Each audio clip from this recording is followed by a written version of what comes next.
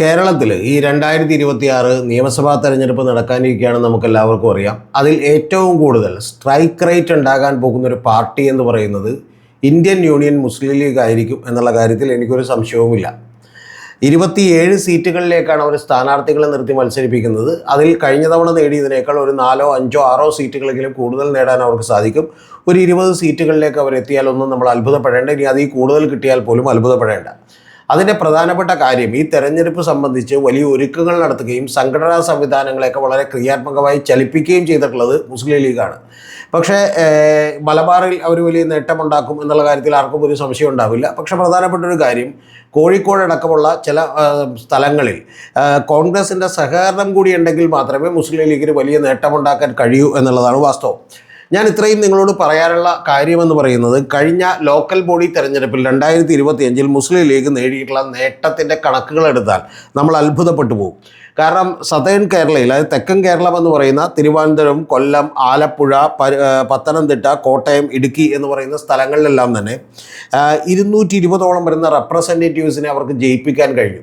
220ഓളം വരുന്ന local body റെപ്രസെൻറ്റേറ്റീവ്സിനെ ജയിപ്പിക്കാൻ കഴിഞ്ഞു പ്രതിനിധികളെ എന്ന് പറയുന്നത് വലിയ കാര്യമല്ല. പക്ഷേ പ്രധാനപ്പെട്ട കാര്യം, അവർ നിർത്തിയ സ്ഥലത്ത് നിന്ന് സ്ഥാനാർത്ഥികളിൽ 79% പേരെയും ആ മേഖലകളിൽ പോലും അവർക്ക് ജയിപ്പിക്കാൻ കഴിഞ്ഞു എന്നുള്ളതാണ് ഏറ്റവും പ്രധാനപ്പെട്ട കാര്യമെന്ന് പറയുന്നത്. ഇതിൽ തന്നെ 2020 അവരുടെ കയ്യിലുണ്ടായിരുന്ന തദ്ദേശ സ്വയംഭരണ തെരഞ്ഞെടുപ്പിൻ്റെ പ്രതിനിധികളെ അപേക്ഷിച്ച് നോക്കിയാൽ 713 പ്രതിനിധികൾ കൂടുകയും അവരുടെ നമ്പർ എന്ന് പറയുന്നത് 3203 ആവുകയും ചെയ്തു. എന്ന് പറഞ്ഞിട്ടുണ്ടെങ്കിൽ ഏതാണ്ട് ഒരു 40% വർധനയാണ് കഴിഞ്ഞ ലോക്കൽ ബോഡി തെരഞ്ഞെടുപ്പിൽ അവർക്ക് കിട്ടിയത്. കൂടാതെ 9.77% വരുന്ന വോട്ടുകൾ കൂടി അവർക്ക് കിട്ടി. ഏതാണ്ട് ഒരു 10% വരുന്ന വോട്ടുകൾ കൂടി അവർക്ക് കിട്ടി എന്നുള്ളത് ചുരുക്കം. അപ്പോൾ ഇത്തരം വലിയ വോട്ടിൻ്റെ പെർസെൻറ്റേജിലൊക്കെ തന്നെ വലിയ വർധന ഉണ്ടാക്കാനായിട്ട് ഇവർക്ക് കഴിഞ്ഞു. ഇനി ഇത് മാത്രമല്ല, 4ഓളം വരുന്ന മുനിസിപ്പാലിറ്റി ചെയർപേഴ്സൺസ് അവരുടെയാണ്, 6 സ്ഥലങ്ങളിൽ വൈസ് ചെയർപേഴ്സൺസ് അവരുടെയാണ്, 9 പ്രസിഡന്റുമാർ അവരുടെയാണ്, 15ഓളം വൈസ് പ്രസിഡന്റുമാർ എവിടെയാണ്. ഇതെല്ലാം ഞാൻ പറഞ്ഞത് കേരളം മൊത്തമല്ല, ഒരു സതേൺ റീജിയൻ എന്ന് പറയുന്ന മുസ്ലിം ലീഗിന് വലിയ പ്രാതിനിധ്യമൊന്നും ഇല്ലാത്ത സ്ഥലങ്ങളിൽ പോലുമാണ് എന്നുള്ളത് നിങ്ങളൊന്ന് ആലോചിക്കണം. ഇനി ഇത് കൂടാതെ മലപ്പുറത്തൊന്നൊക്കെ നമ്മൾ പറയേണ്ട കാര്യമില്ല, കാരണം മുഴുവൻ ജില്ലാ പഞ്ചായത്ത് മെമ്പർമാരെയും അവിടെ UDFൻ്റേതാണ് എന്നുള്ളത് നിങ്ങൾ അറിയണം. 140ഓളം വരുന്ന ഡിസ്ട്രിക്ട് ബോഡികളിൽ അവർക്ക് വലിയ നേട്ടമുണ്ടാക്കാൻ കഴിഞ്ഞിട്ടുണ്ട്. 122ഓളം വരുന്ന ലോക്കൽ ബോഡികളിൽ വലിയ നേട്ടമുണ്ടാക്കാനായിട്ട് മുസ്ലിം ലീഗിന് കഴിഞ്ഞിട്ടുണ്ട്. തിരുവനന്തപുരം കോർപ്പറേഷനിൽ 2 കൗൺസിലർമാരെ അവർക്ക് ജയിപ്പിച്ചെടുക്കാൻ കഴിഞ്ഞിട്ടുണ്ട്. തൃശ്ശൂരിൽ അവർ പിന്തുണക്കുന്ന 2 ഡിസ്ട്രിക്ട് പഞ്ചായത്ത് മെമ്പർമാരെ അവർക്ക് ജയിപ്പിച്ചെടുക്കാൻ കഴിഞ്ഞിട്ടുണ്ട്. മലപ്പുറത്ത് നേരത്തെ പറഞ്ഞ പോലെ 33 ഡിസ്ട്രിക്ട് പഞ്ചായത്ത് സീറ്റുകൾ മലപ്പുറത്തുള്ളതിൽ 33 ഈ പറയുന്ന UDF ആണ് ജയിച്ചേക്കുന്നത്. അത് ലീഗിൻ്റെ ചിറകിലേറിയാണ് എന്നുള്ളതാണ് വാസ്തവം. എന്ന് പറഞ്ഞാൽ ഈ വരുന്ന തെരഞ്ഞെടുപ്പിൽ വലിയ പെർഫോമൻസ് കാഴ്ചവെക്കാൻ പോകുന്ന ഒരു പാർട്ടി ഉറപ്പായിട്ടും IUML ആയിരിക്കും. പക്ഷേ ഈ IUML ഇത്തരത്തിലുള്ള ഒരു കൺസോൾട്ടേഷൻ ഉണ്ടാക്കുന്നതിൻ്റെ പ്രധാനപ്പെട്ട കാരണം ഇന്ത്യൻ യൂണിയൻ മുസ്ലിം ലീഗും അതുപോലെ തന്നെ SDPയും അതുപോലെ തന്നെ ഈ പറയുന്ന ജമാഅത്തെ ഇസ്ലാമിയും ഒക്കെ തന്നെ ഒരുമിച്ചാണ് ഒരു മുസ്ലിമിൻ്റെ ഒരു കൺസോൾട്ടേഷൻ ഉണ്ടായിട്ടുണ്ട് UDFന് അനുകൂലമായി എന്നുള്ളത് വാസ്തവമാണ്.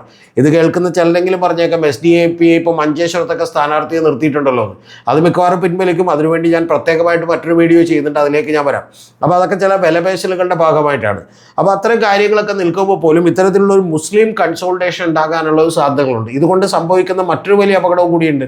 ആ അപകടം എന്താണെന്ന് വെച്ചാൽ, ഇത്തരത്തിലുള്ളൊരു മുസ്ലിം കൺസോൾട്ടേഷൻ ഉണ്ടാകുന്നു എന്ന് പറയുമ്പോൾ അത് മറുഭാഗത്ത് ഒരു ഹിന്ദു വോട്ടുകളുടെ കൺസോൾട്ടേഷൻ LDFന് അനുകൂലമായി കൂടി ഉണ്ടാകുമ്പോൾ BJPയിലേക്ക് കഴിഞ്ഞ ലോക്സഭാ തെരഞ്ഞെടുപ്പിൽ കിട്ടിയ 38 ലക്ഷം വോട്ടുകളും അതുപോലെ ലോക്കൽ ബോഡിയിലേക്ക് കിട്ടിയ 31.7 ലക്ഷം വോട്ടുകളും ഒക്കെ അവർക്ക് നിലനിർത്താൻ കഴിയുമോ, അതിൽ നിന്ന് നിരവധി ആളുകൾ ഇതിനെതിരെ വോട്ട് ചെയ്യണമെങ്കിൽ ഉറപ്പായിട്ടും LDFന് വോട്ട് ചെയ്തിട്ടേ കാര്യമുള്ളൂ, അല്ലാതെ BJPക്ക് വോട്ട് ചെയ്തിട്ട് കാര്യമില്ല എന്ന് മനസ്സിലാക്കുകയും അങ്ങനെ ഒരു ഹിന്ദു സമുദായത്തിനകത്തുള്ള നിരവധി ആളുകളുടെ വോട്ടുകൾ LDFിലേക്ക് തിരികെ വരികയും ചെയ്യുന്ന ഒരു പ്രതിഭാസം ഉണ്ടാവും. കഴിഞ്ഞ 2016 നിയമസഭാ തെരഞ്ഞെടുപ്പിൽ BJP കിട്ടിയത് 30 ലക്ഷത്തിലധികം വോട്ടുകളാണ്. 2021 അവർക്ക് കിട്ടിയത് പക്ഷേ 26 ലക്ഷം വോട്ടുകളാണ്. 4 ലക്ഷത്തോളം 10,000-ഓളം വോട്ടുകൾ അവർക്ക് കുറഞ്ഞു എന്നുള്ളൊരു വാസ്തവം നിങ്ങൾ കണക്കിലെടുക്കണം. കഴിഞ്ഞ തവണ നിയമസഭയിലേക്ക് അവർക്ക് കിട്ടിയത് 26 ലക്ഷം വോട്ടാണ്, ലോക്സഭയിലേക്ക് കിട്ടുന്നത് 38 ലക്ഷം വോട്ടാണ്. ആ 38 ലക്ഷവും 26 ലക്ഷവും തമ്മിലുള്ള വ്യത്യാസം 12 ലക്ഷമാണ്.